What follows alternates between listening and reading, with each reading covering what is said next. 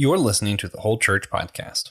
Our efforts to educate and unite the church are made possible thanks to our sponsors on Patreon. Please consider joining them for $3 a month, where you can get discounts on our special merchandise and our upcoming event, the Every Tribe, Denomination, and Tongue Convention. Romans 15, chapters 5 through 9 in the North American Standard Bible read, "Now may the God who gives perseverance and encouragement grant you to be of the same mind with one another, according to Christ Jesus, so that one purpose and one voice you may glorify the God and Father of our Lord Jesus Christ. Therefore, accept one another, just as Christ has also accepted us for the glory of God. For I say that Christ has become a servant to the circumcision in behalf of the truth of God, to confirm the promises given to the fathers, and for the Gentiles to glorify God for his mercy." Here, St. Paul is writing to the church at Rome, encouraging them to be witnesses to God through their love of one another. He states one goal is to worship God in one voice together, then he commands the church to accept one another. In our context today, with so many different church gatherings and polarization rampant, what does this call to accept one another look like to you now? You guys are right to point out the idea that the polarizations, churches gathering with different styles and different convictions is really a huge deal. What does this call to accept one another look like now in this context today? Yeah, I think it's got to start with humility, a position and a posture towards others that we may disagree with, to say that ultimately, if this is a brother, if this is a church, that we've got some first tier commonalities. And I think this is where the idea of theological triage becomes really helpful. There's certain issues that we don't have to agree on, and that's okay. But we've got to remember that there are a lot of things that we do agree on. And sometimes those things that we disagree on become elevated in our minds. We neglect the fact that we believe in the Lord Jesus Christ, who was born of a virgin and offered himself for us. We forget that we're in agreement on these larger issues. And so I think that's another part of the answer to this question, not only a posture of humility, but a mindfulness of the theological concepts that we are in agreement with that really make us the church, those fundamental core doctrines that the church has believed for thousands of years. Amen. Gotta love when someone brings up the three tiers in the intro. That's great.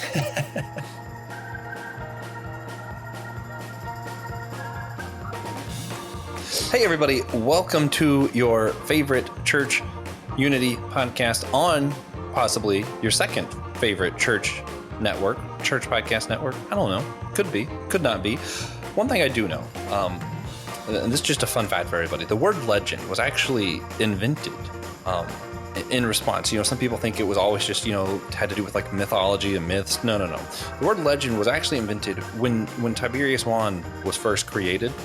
And it was just a word invented to describe my co-host today, TJ, Tiberius Juan Blackwell. How's it going? Great, thanks. Yeah. An equal legendary guest we have today, Professor Andrew Lucius. We know him thanks to Dr. Peter Beck, who's been on just a couple weeks ago.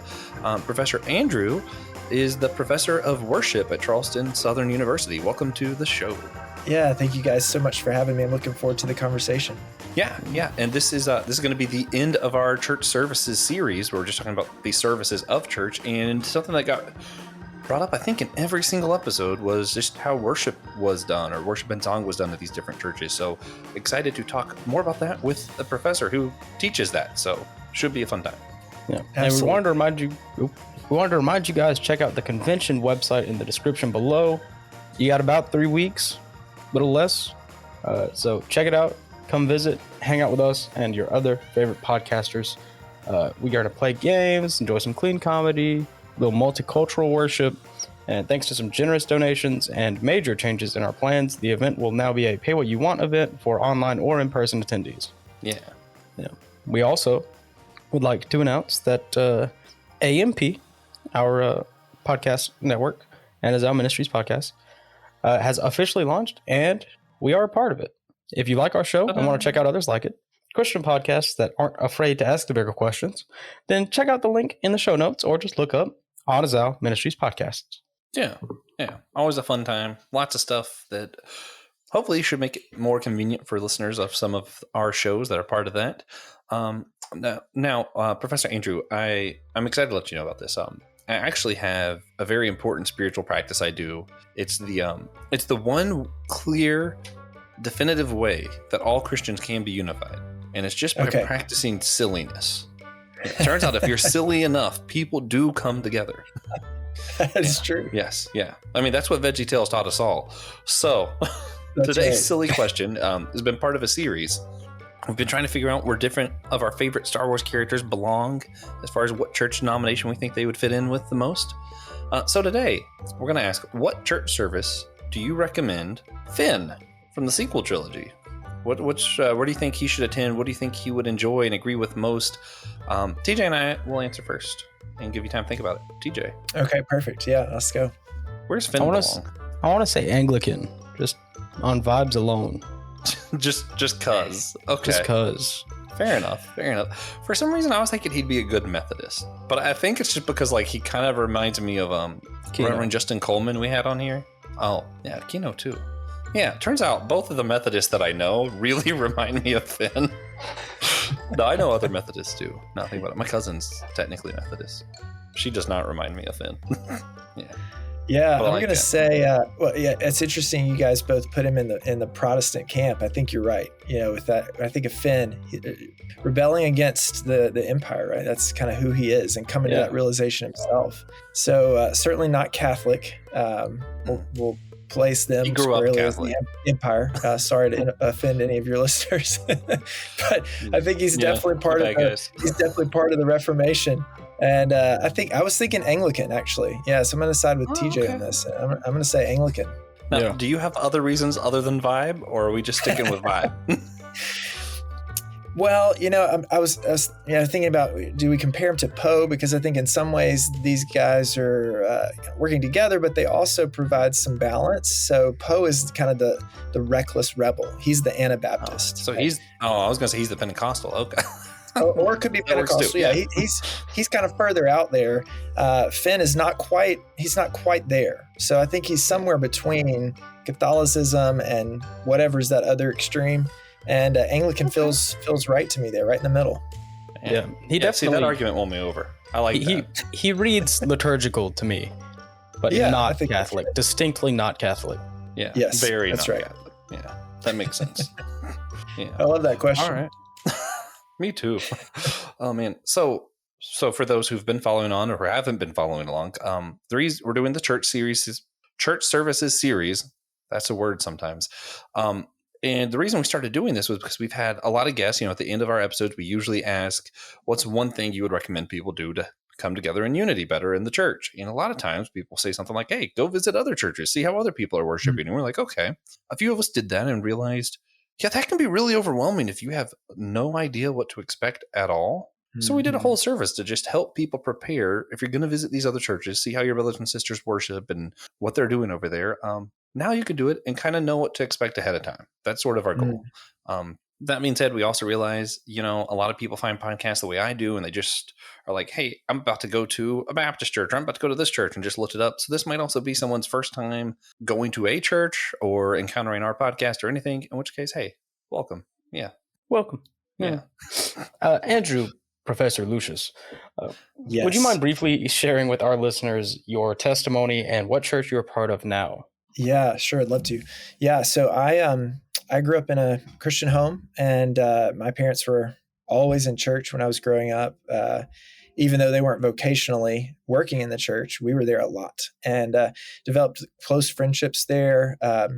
Was a part of a really healthy church. It was a Baptist church, probably leaning more charismatic in some of its practices, especially regarding worship. Very free church, so absence of liturgy, and we could talk about that kind of stuff later. But when I was in high school, just felt the Lord really in the midst of a lot of anxiety, working in my soul and bringing me to the point of seeing I'm a sinner and there's no hope for me without Jesus. And so through conversations with my parents and friends and pastors, I really believe the Lord worked a work of grace in my life, in my heart, to save me from my sins and placed me squarely in the church. And from there, it's just been a slow process of sanctification and growth. And I would say the one consistent theme from that moment of conversion to today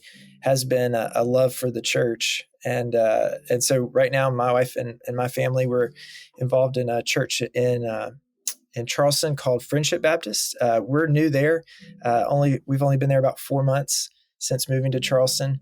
And it's been a huge blessing. And I can share more about that church specifically if you guys want to dive into that. But that's where we've been worshiping for the last 4 months. Yeah, that actually was something we were gonna ask about. Is what would you say makes what you say Friendship Baptist Church in Charleston? Yeah, that's right. Right. What makes that gathering unique or stand out to you? The thing that is most on the surface that I think anybody would say this is unique or maybe even weird would be that the church is almost 80 years old. And about 10 to 15 years ago was really struggling like many churches were, and was really in need of revitalization. There was a school that connected to the church at that time, and the school is a bilingual school. So they speak Spanish and English. And from that school, there's been a lot of people come into the church that are also bilingual. So every other Sunday, we have bilingual services in English and Spanish all in one service. So that's pretty unique. I've never been awesome. A part of a church like that. And it's been really neat to see, but also there's been challenges to that, even in the 4 months we've been there. So it's not without challenges. I know a lot of people want to see more multi-ethnic worship, which is great, but it comes with some challenges.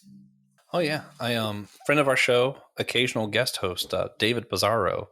Actually, I've been learning a lot from him about different technologies that have been invented for like churches and different things, specifically to do bilingual services so that they can do like both languages at once. And I'm like, that's pretty interesting. Yeah.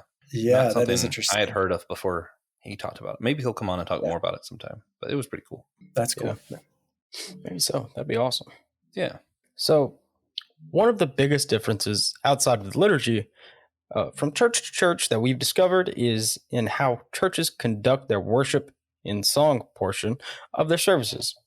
Some liturgical churches spread out hymns throughout the service. Some non-denominational services have modern music in the beginning of their service that could last the whole time. And some do a mix of a couple hymns and a couple modern worship songs before the sermon.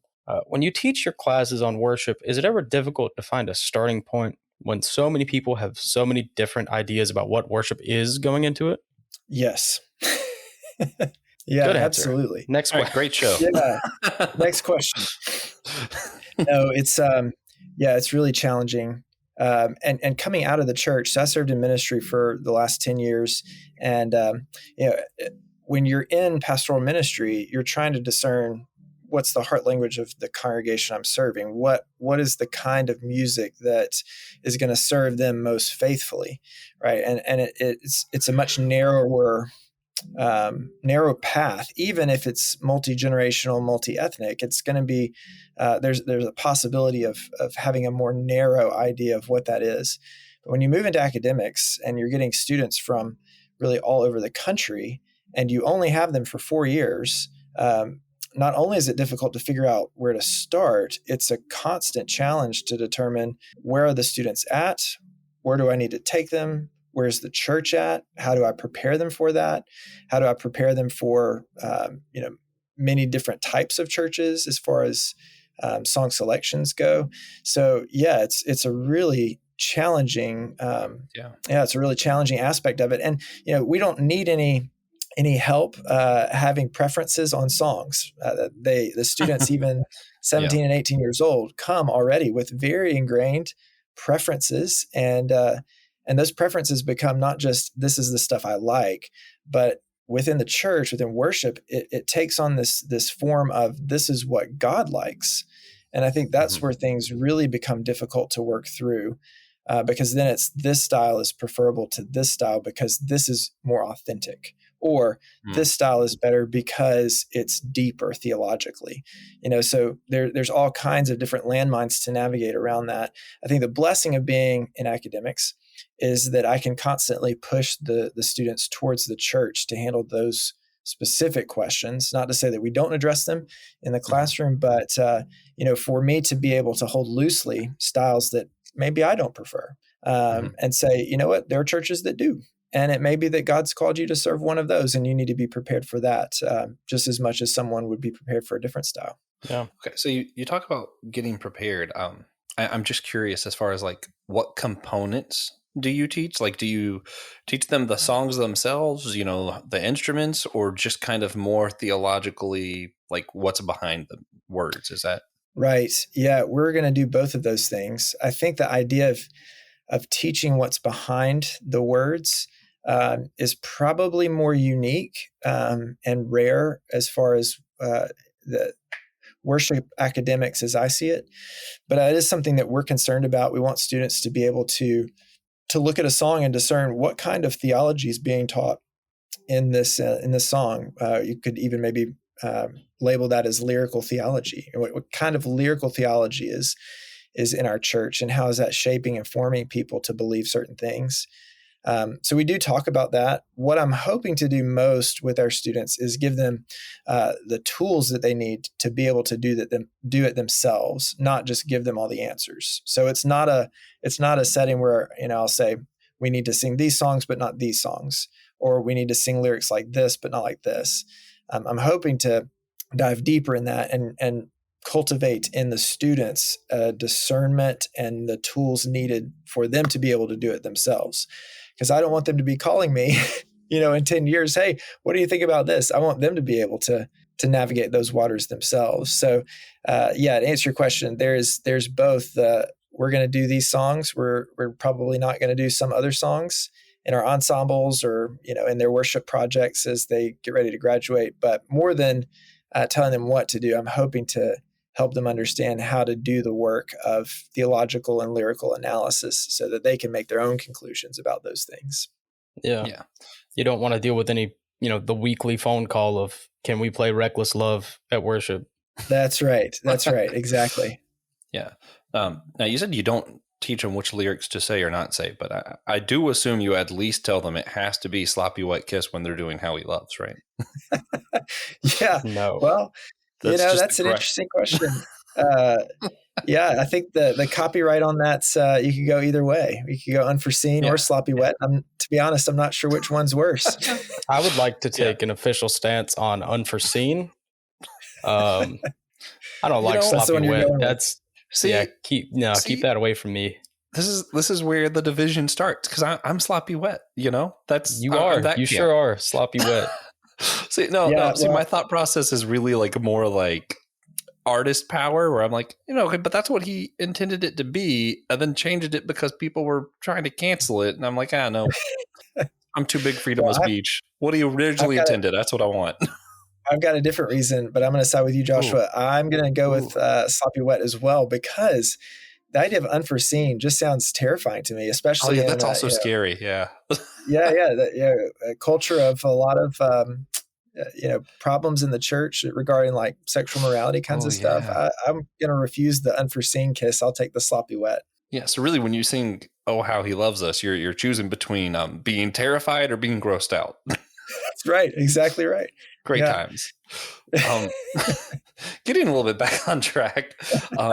What's it like to go to a class on worship? If I were to be a student, do I get taught like a specific structure? Like, I know you said not what songs to use, but do you teach them, like, in certain churches you have to do hymns and break it up this way, in some places you got to do too fast, too slow? I mean, do you ever go through like this overall structure of a service when you do it? Yeah, we sure do. So this fall, actually, we've got a class called Worship Leadership. And we'll be reading a book by a lady named Constance Cherry called The Worship Architect. And she goes through ideas of building services, what different services historically have looked like. Brian Chappell's got a book, Christ-Centered Worship, where he does some similar stuff I think's helpful. So yes, we're going to really go at this from primarily historic study of what the church has done, going all the way back to 2nd, 3rd century, and moving through the Reformation. What changes happened in the Reformation? What were the things that were rejected and thrown out? of worship. There was when we think about the Reformation, I think we think a lot about sola scriptura and these kinds of things and theological changes. But there's significant worship changes happening there as well. So we'll look at that. But the part of the class as well is exposing students to different styles. So they'll be required to go to 3 different worship services and then write reports on those 3. They have to be different in style. So one has to be a Catholic church, one has to be a liturgical evangelical church, and then the last one can be a liturgical free church. So again, just trying to expose them to as much as we possibly can so that they're not as shaken, right, when they see, oh, this is very different. I hope they will have thought through the process of planning the service, what other churches do, why they do it. And I think one of the things that I've come to see too is a lot of the elements between different church services are very similar. The structure changes, whether the prayers are read or not, that changes. The place of the supper versus the preaching changes. But a lot of it is all the same elements. It's just a matter of how they're positioned together and how the church interacts with them and with the pastor that's leading it. Oh yeah. Yeah. Some of the minor changes, it's easy for yourself. Like, I think it's just like human condition to elevate it because it's not what you're familiar with. But when you really think about it, you're like, that's not first year. Shout out to our friend Will. I went to Pastor Will's church. He's Lutheran church. I've been attending a different Lutheran church and I'm still kind of getting used to it. I grew up Pentecostal, so it's very different. I'm just at the point where I just accept it. I'm not going to know the hymns at all. What hymns we're doing, I'm not going to know them for several years. It's fine because there's a lot of them and I'm not familiar with most of them. But last week, there was 2 things that caught me off guard. When they did the Apostles' Creed, instead of he descended into hell, he descended into death is what they said. And I said the wrong word. And it's always awkward when everybody's saying the same thing. And you're like, oops. Yeah. I was right, by the way, but oops. And then the other one was they did the Holy, Holy, Holy, the hymn, the Holy, Holy. Yeah. And I got so excited. I was like, it's a hymn I know. Yeah, the words are different, though. So I didn't know it. Well, and that brings up an interesting idea, with the movement towards digital music and away from hymnals, especially in Baptist churches or free churches. You could go to a church that's almost exactly the same in its liturgical structure, but find very different music sung. Oh, yeah. And I think that's only going to become more common as we move forward into a digital age that's kind of post-hymnal. Oh, yeah. I did want to ask, though, because some of the more liturgical churches, they do like the hymn spread out like that, whereas a lot of your other churches just do the worship songs in the beginning. Do you have a preference on that? Like, as far as like breaking the music up, not like necessarily what type, but do you like it broke up better or do you like it in the front better? I'm going to avoid your question by answering it a different way. No, I don't know that I have a strong preference on, do we put all the songs up front and then the preaching or spread it out. I think what I want to see is a service that feels like one element flows into the next. Yeah. So what I would want to avoid is, the first 30 minutes is the music guy and that's like his show. And then the preacher comes out and does his thing. And then the music guy comes out for the final song and nothing really seems to fit together. I think the ideal service would be one that's been thoughtfully organized in a way that one element flows into the next. I think there's some significance of how the church has worshiped for thousands of years that we need to at least consider. And as a part of that, things like confession and assurance of pardon, I think should be at least part of our services in some ways, which might break up that first section of music a little bit.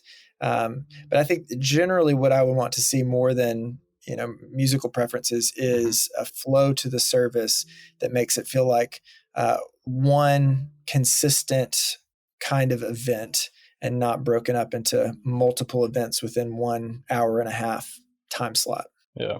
Did you, is there a theological reason behind your desire to have it flow, or is it just kind of like because, just me as someone who's sitting there, I'm like, it would just be nicer if it flowed. Yes. Right. I think there are some theological reasons. One of the passages that shaped my philosophy of worship more than any other is 1 Corinthians 14:26. And this is, of course, coming at the end of Paul's section on thinking about the church's worship, at the church at Corinth, right? So worship should be orderly. 1 Corinthians 13 is about love. That's not for your wedding day. That's for the church. This is how the church should be loving one another. Amen. He talks about spiritual gifts and speaking in tongues. The end of all of that, kind of the capstone verse of all of that, he says, let everything be done for the building up. Mhm. And so I think that really should frame the service itself. And I think it builds up the church. I think we're more faithful in building up the church when we have a very thoughtful approach to our worship service that's organized in a way that makes it seem cooperative and focused on the message of the gospel. Yeah. I So like that.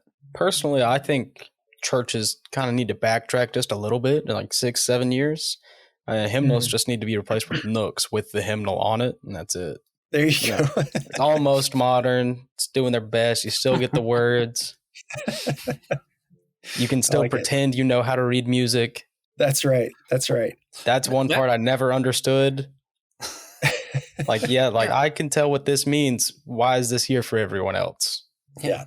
The so at the Lutheran churches, everyone I've been to so far, DJ, they give out the handbook.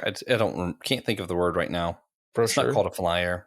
pamphlet. Yeah, sure. Bulletin? Yeah, the pamphlet, and it has the entire thing laid out and all the words to everything, so you could Mhm. just read it and you're good. But it does have the music signs on there, and when I visit my grandparents, I've seen that, but I've never actually seen that in a church like that I went to. So I'm like, okay, these are here. And that was another thing that threw me off at Will's church. Every time I have seen that, we always skip line 3 for some reason. Oh, yeah. So I just immediately skipped line 3 when I was reading the songs, and they don't do that. Yeah. You got. Yeah, I sure did. So, Andrew, do you have like a number one piece of advice for somebody who's trying to decide on the structure of a worship service? Just one. Yeah, I think it's probably consistent with the verse I just mentioned from 1 Corinthians. Let the worship service be for the church and not for you. And I think there's a real subtle temptation for the worship service planner or the lead pastor, or preaching pastor, or the worship leader to pick and arrange certain things so that they can do something they enjoy, which is not inherently wrong, but I think it may miss the more valuable perspective. And I think it's also important to say here that Paul's exhortation in 1 Corinthians is that everything be done for the building up of the church. So the worship service should be focused on the local church, those in membership, in some ways to the exclusion of outsiders that would be coming in that are not believers. Their exposure to the preaching of God's word and the church enjoying God together is what's meant to lead them to repentance, not necessarily entertainment that then in some way prepares them to receive the gospel. I heard somebody say once, what you win them with, you win them to. And I think that's what Willow Creek found in their worship practices of a more seeker-sensitive church model, is that in the end of the day, we've got a lot of people that have become members of our church, profess Jesus, but they know nothing about him. And so I think that's a danger we've got to avoid. So I would say, number one piece of advice, plan your worship service for the church. And how would you say worship leaders can know when they're doing it for the other reasons that you mentioned, and how do they avoid that better? Right. Yeah. Well, I think it assumes that you know the church, right? So I think this speaks to the value of longevity in ministry. Those that have been at a church for 5 to 7 years are doing this better than those that have only been there 1 year. Those that have been there for 30 or 40 years are doing it best, probably. It's a general statement, but I think that should be the case. So I think that's one thing. The worship leader, worship planner needs to know the people. So spending time with them, knowing what they're dealing with, knowing what songs minister most to them, knowing what moments in the service, are going to impact them the most.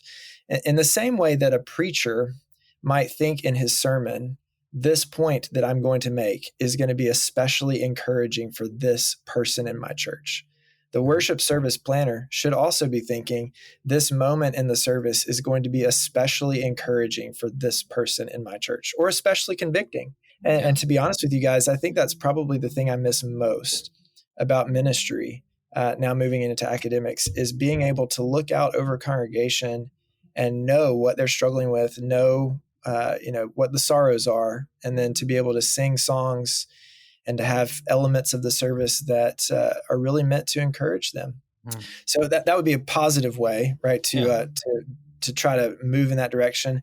I think the questions to ask for a worship leader to discern if they've moved into an area that maybe isn't helpful would be, why, or maybe ask this first: what kinds of songs are we choosing, and are they congregationally friendly? And there's a lot of things that we could unpack about that.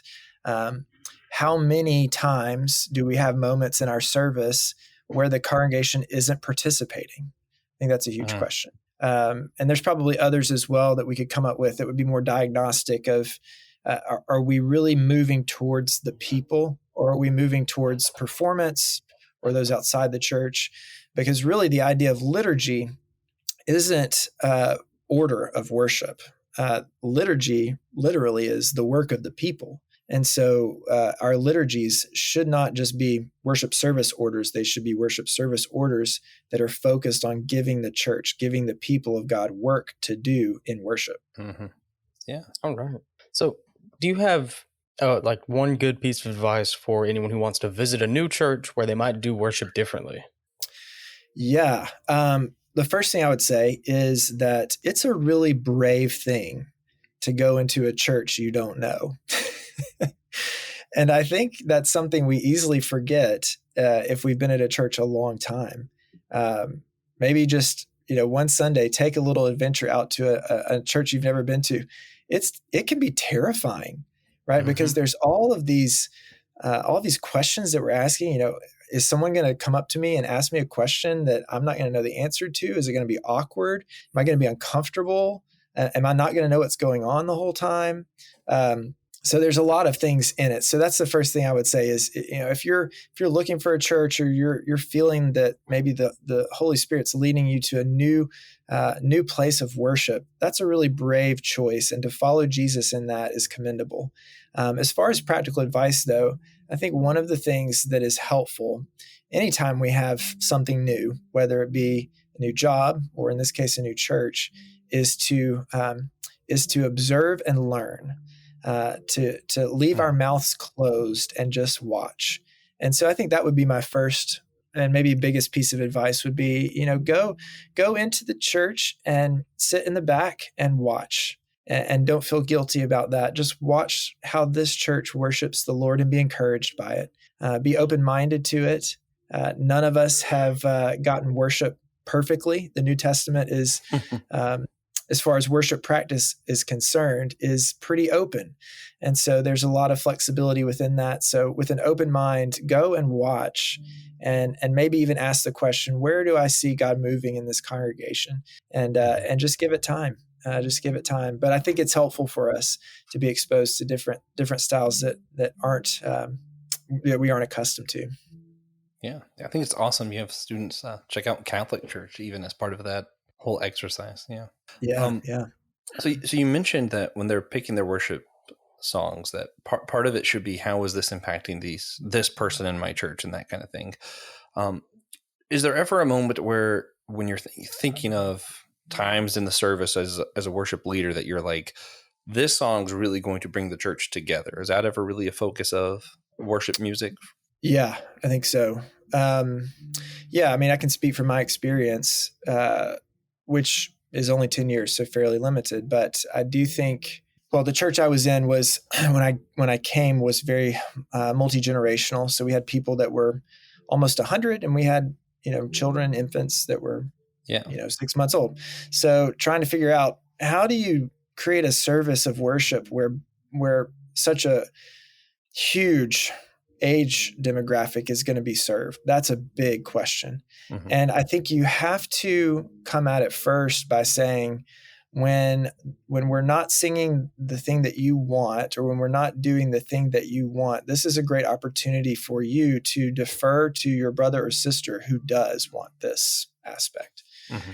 There are unique moments, though, where you're able to bring both together. And I'm really thankful, honestly, for the modern hymn writing that's happening today.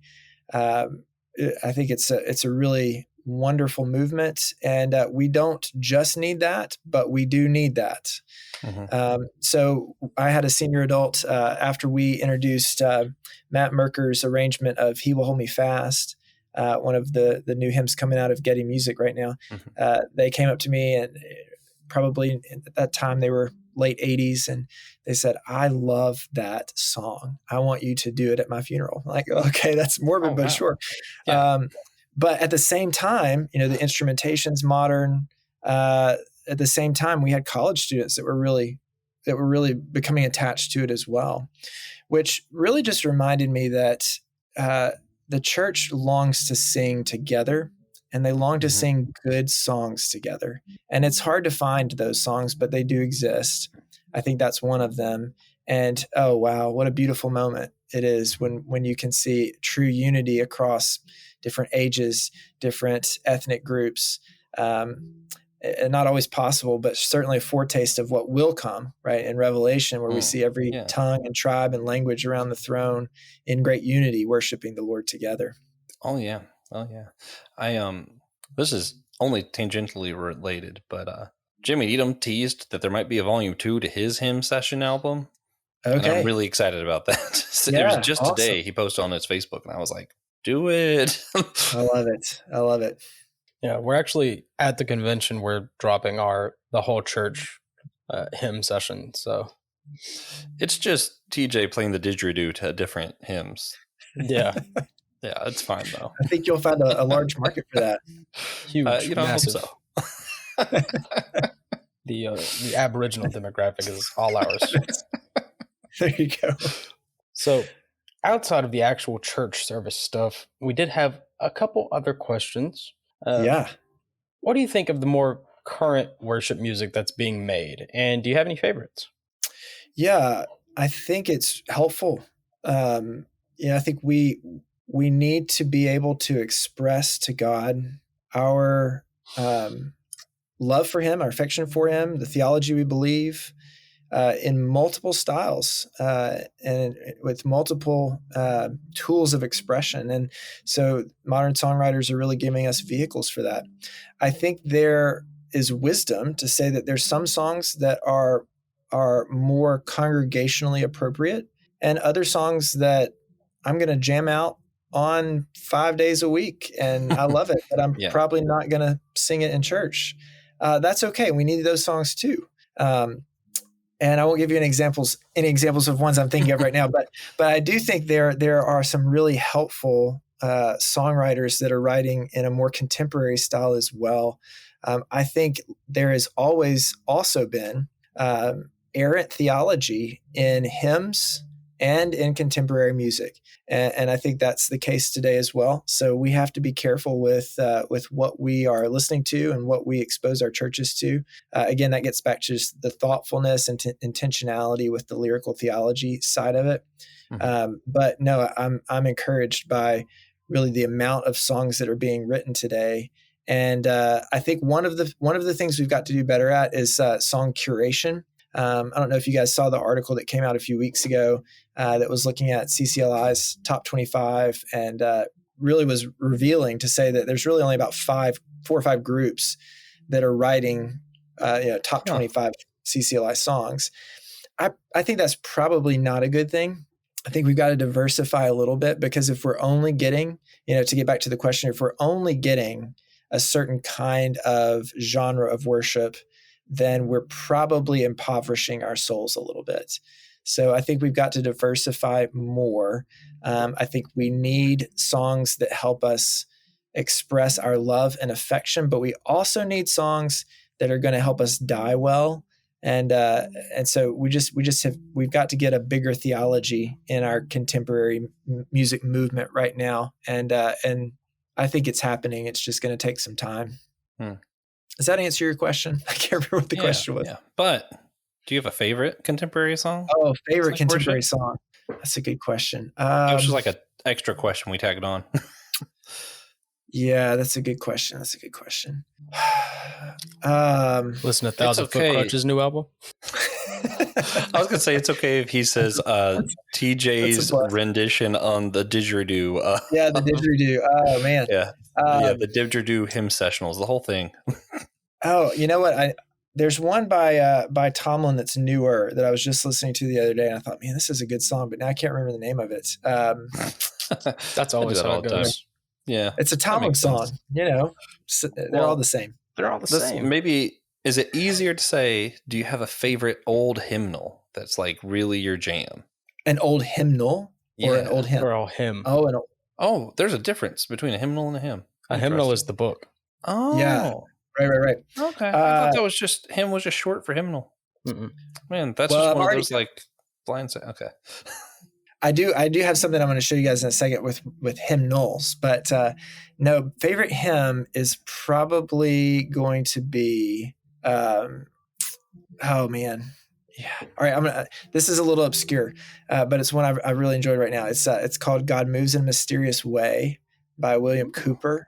And yeah, it's really good. It's really good. Maybe a second honorable mention would be Dear Refuge of My Weary Soul by Anne Steele, the OG Baptist hymn writer. So for those of you that don't know, go look up Anne Steele. Good All right, stuff. Can I show you a hymnal real quick? Because this is awesome. Yes. This is awesome and fun. All right, hang on. Hey, TJ, while he's doing that, do you have a favorite hymn? No. Well, no favorite hymns. I do. Prayer Bells of Heaven. Church. But it has to be like an old Southern Pentecostal lady singing it, like who's really going to get it. But then, yeah, Prayer Bells of Heaven. And if you could do that on the didgeridoo, that'd be great. Maybe you could use the bell also. So I wanted a Methodist hymnal, so I ordered one. Looking. Yeah, I ordered one off of eBay. So I didn't know this at the time, but you guys, are y'all familiar with like Calvinistic theology and tulip and all that? A little, yeah. We've done at least one episode on that. Okay, so Wesleyans were more or less the opposite of all those things. Yeah. Arminian. Not Calvinistic. Yeah. Yes, exactly. So if you open it up, it's got this, the hymnal's presented to, I don't know if you can see it, and it's presented to Tulip Street Church. That's funny. And I just think that's awesome. That's perfect. There couldn't be a more perfect thing. I know. It just felt good. Yeah. Felt appropriate. Okay, sorry for the digression, but I had to show you that. That's the best example of church unity ever. That's right. That's exactly right. So how do the more out of line Christian bands like Skillet, Lecrae, Toby Mac, Red, how do they play into this conversation for you? Yeah, I think the CCM movement is so fascinating. If you go back to the 80s, you've got kind of the beginnings, the genesis of all that. And I'll never forget, my first CD was Stephen Curtis Chapman, The Great Adventure. You guys probably... Oh, that's a good one. I've never heard that one, but... I got a bunch of Stephen Curtis Chapman for some reason. Okay, well, there you go. So that was a market. It was CCM. It wasn't worship music, right? It was never intended to be sung in the church. Nobody's singing The Great Adventure in the church in the 80s. So something happens really, I think, in the late 90s, early 2000s, partially because of what's happening with Passion, partially because of what's happening with Hillsong. You've got Integrity Music as well in Alabama. Kind of all these things are happening, Paul Baloche and others. And all of a sudden, there was this market that opened up for praise and worship music, which really now includes Passion, Bethel, Hillsong, Elevation. Those are the main ones right now. And because that got so big, the contemporary Christian movement focused so much on that and kind of left guys like you mentioned, Lecrae and Toby Mac and Skillet. And so I see them in this other category of they're not writing songs for the church. That's really not their intention, right? Lecrae's not writing his music and hoping that people are going to sing it in church. But what he is hoping is that he'll be able to communicate a message to believers that will have some kind of influence over how they live their life and what they believe. And I think there's a place for that. I think we don't have to, well, let me say it this way. I think that Christian music does not have to equal church music, if Yeah. that makes sense. We can have Christian music that's really good and really thoughtful and really musically excellent. In fact, we need that. That doesn't have as its main purpose to get in and be sung in churches. We need both. And that's where I would put Skillet, Lecrae, Toby Mac, other guys like that. Really great music.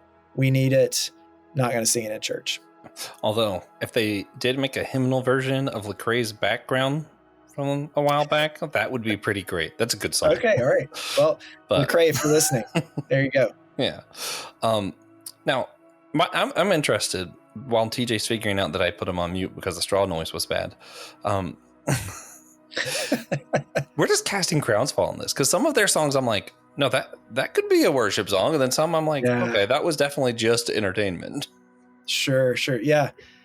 I think it's probably going to be difficult to completely put people on one side or the other. Yeah, because it may be that Skillet comes out with a song that's like, this is really good for the church. We need to sing it.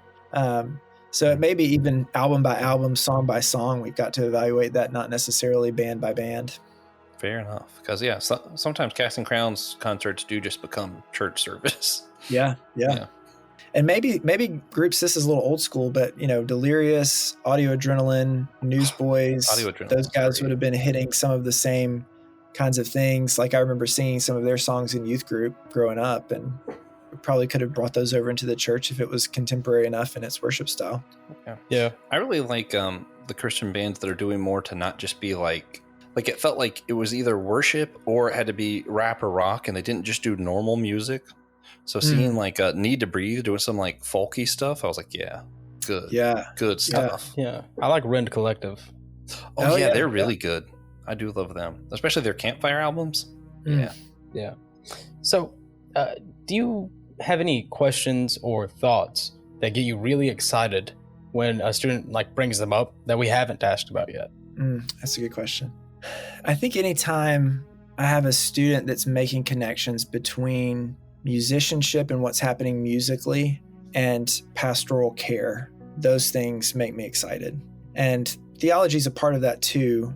But, when I have a student maybe reference something that happened or a way in which they were able to use music to help move people to greater hope in God, or maybe asking questions around that. How do I use music to help encourage the church?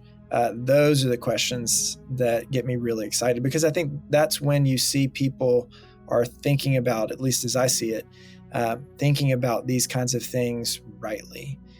This is really a tool. Music and lyrical theology is a tool that should be used for spiritual formation of believers. And so, when students begin to make those connections, that makes me excited, because that makes me think, all right, we're accomplishing something here. And these are going to be people that are able to serve church members well. Yeah. What a good answer. Yeah. So earlier you told us your number one piece of advice for attending a church that does worship differently was to sit and listen, watch and learn. So what do you think could happen if everyone attended a different church to see how other Christians worshiped and just watched and learned? Yes, it needs to happen. That needs to happen. Yeah, because I think sometimes the perception is we've got the right way to do it and everybody else is wrong. That's right. And and I maybe just even kind of my own experience probably was thinking that way too. And the more I'm exposed to different worship styles, the more I realize, you know what? The Holy Spirit's here too. and it could even be that, in a different church, there's something for us to grab, something for us to gain that we can't find in our own church. And certainly we need to be committed to one local church. But as we're able to experience others, I think there's so much value in that. Top shelf would be a growing towards greater humility and charity towards other believers. I appreciate you guys and how that's such a focus of what you're trying to do. And even related to that, the ultimate sin of the early church wasn't sexual immorality. It was being divisive. It was schismatics. That's what the church hated. Augustine talked very critically about schismatics, and we've lost that post Protestant Reformation. The idea of the church is one, and so I think what would we gain? We would gain greater humility. We would gain greater unity. I think we would gain greater understanding of diversity in worship. So I really don't see any reason not to encourage people to, on occasion, attend other churches. And it could be there's opportunities around holiday seasons to do that. My wife and kids and I went down to an Anglican church for a Good Friday service a couple weeks ago. It was amazing. I was so encouraged. I'm not going to join the church. I've got a church and I'm committed to that. But man, it was so encouraging. Yeah. Now, did you see Finn from the Star Wars sequel trilogy? No, I didn't. And in fact, we were ushered to the very front row. So I didn't follow my own advice. And maybe that's coming out of that experience even. Yeah, I did not see Finn there, but maybe he was in the balcony singing in the choir. Yeah, must have been. Yeah. So before we wrap up, we like to do a segment called our God Moment. And we just bring up a moment recently in our lives, whether it be a blessing, challenge, moment of worship, where we saw God in our lives. And I always make Josh go first to give myself and our esteemed guest as much time as we need to think about, our past week or 2 or 3 or, however long. So Joshua, do you have a God moment for us this week? Yeah. I in a weird way, is planning on going to a concert, Judah and the Lion. So not a Christian song concert, but not like a not Christian concert. But they actually had to cancel because of weather. So it kind of stunk. And my whole plan was to go to Wilmington and then stop on the way back in Raleigh, hang out with my best friend, and then see Pastor Will. Well, the concert got canceled. So I really didn't have a reason to go on the trip anymore. And I just had realized it had been at least a couple years since I just went on a trip for the purpose of seeing my friend. So I got to go just for the sole purpose of us being together and hanging out and doing stuff, and got to see Pastor Will, and just kind of a reminder of the blessing it is sometimes to just fellowship in person with other people, and just going on walks, talking to Will, going to church service, and experiencing God with my friends. It was cool. Yeah, that sounds awesome. See, you invited me when I thought it was just a Judah and the Lion concert. If I knew we were going to go see our friends, I would have said yes. Oh, my bad. My bad. Secret's out now. Yeah. So for me, of course, you all know the Stanley Cup playoffs are on. I'm just kidding. Mostly. I was expecting that, though. But we are getting super, super busy at work. And the other day, this nice lady came in, horribly busy. It's Sunday afternoon. Yeah. If you go to Chipotle after church, please stop. There's so many of y'all.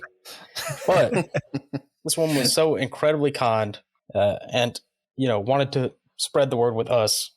And I felt really bad because we're slammed. We're too busy to actually talk. But the fact that someone is out there trying to spread the word, even as they're getting lunch, is really nice to see. I love to see that. That is pretty cool. Yeah. That's good. Yeah, for me, I was sitting on our we've got like this little back patio area, and I was sitting outside. I guess it was yesterday.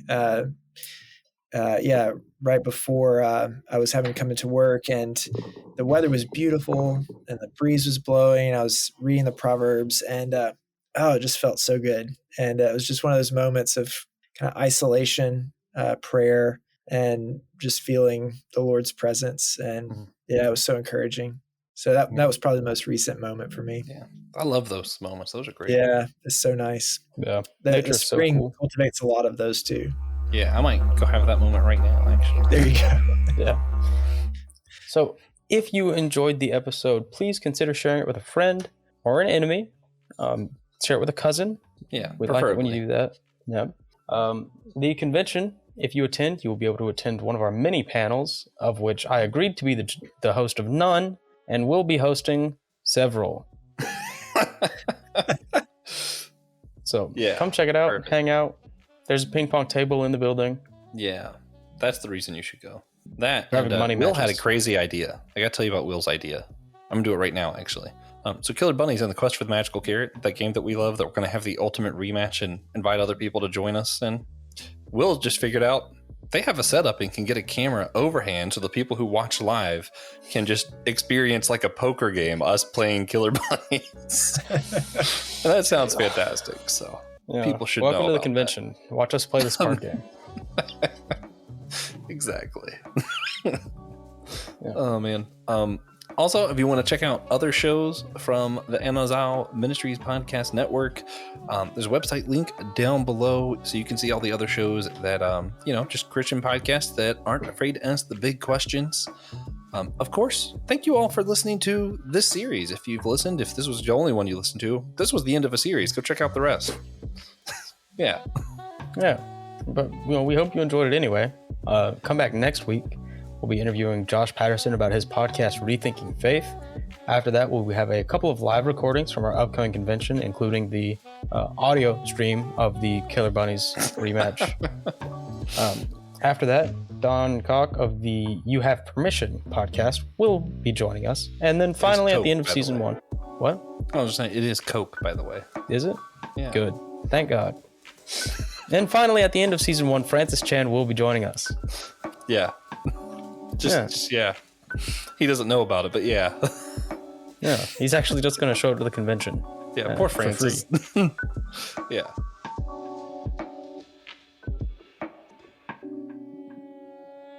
Thank you for listening to the Whole Church Podcast. Remember, you can always sponsor our show at patreon.com/The Whole Church Podcast.